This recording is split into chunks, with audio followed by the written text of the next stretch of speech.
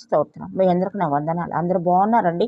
దేవుని మాటలు చెప్పుకుందాం. చిన్న ప్రార్థన. కృపగల తండ్రి, ప్రేమగల ప్రభ, గొప్ప దేవ, నీ బిడ్డలతో మీరు మాట్లాడబోచున్నందుకై స్తోత్రం. నీ బిడ్డలను బలపరిచి మీరు మాత్రమే మహిమ తెచ్చుకోమని అడుగుచున్నానయ్యా. వందనములు. ఆమేన్. గాడిద మనందరికీ తెలుసు. గాడిదకి దేవుడు వాక్కునిచ్చాడు.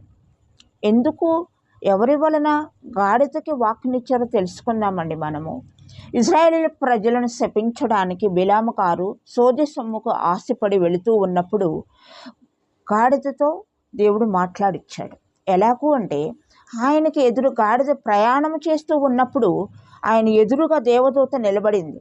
దేవదూతని గాడిద చూచింది, కానీ బిలాము గారు గ్రహించలేకపోయారు. ఆయన కూడా దేవుని ప్రవక్తే, ఆయనను ఆ దేవుని యొక్క దర్శనాన్ని ఆయన గ్రహించలేకపోయారు.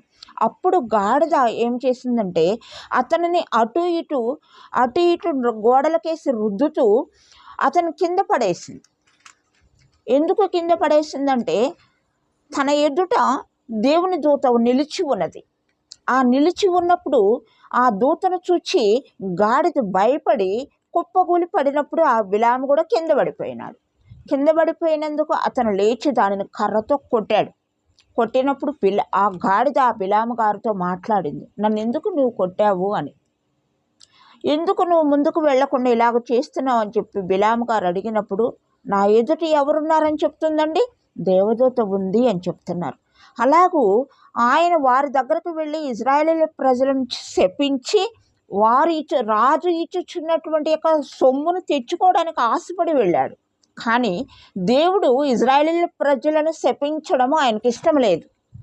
అందువలన గాడిద చేత బిలాము గారిని గద్దించాడు. ఎవరి చేత? గాడిద చేత. అలాగే మనము కూడా విశ్వాస జీవితంలో ఎన్నో వాటిలో నుండి తొలగిపోతూ ఉంటాం. అలాంటప్పుడు దేవుడు కూడా అనేకమైన సందర్భాలలో పాటల ద్వారా మాట్లాడతాడు, ఎవరన్నా మనకు తెలిసిన వ్యక్తి ద్వారా మాట్లాడుతూ ఉంటాడు. అట్లాగే నోరు లేని ఒక ప్రాణుల చేత కూడా మనతో కూడా మాట్లాడుతూ ఉంటాడు. కాబట్టి ఇది మీరు వివేచించండి. ఈ వాక్యాన్ని వివేచించండి. పేతురు 2 పేతురు 2:16 ఉంటుంది. వీళ్ళు నీళ్లు లేని బావులను పోలి ఉన్నారు అని చెప్తారు. నీళ్లు లేని బావులను పోలి ఉన్నారు. వీరు వస్తారు. ఎవరు? బిలాము గారు ఆ యొక్క కోవకు చెందినవాడై ఉన్నాడు. కాబట్టి దేవుని నామానికి మహిమ కలుగును గాక.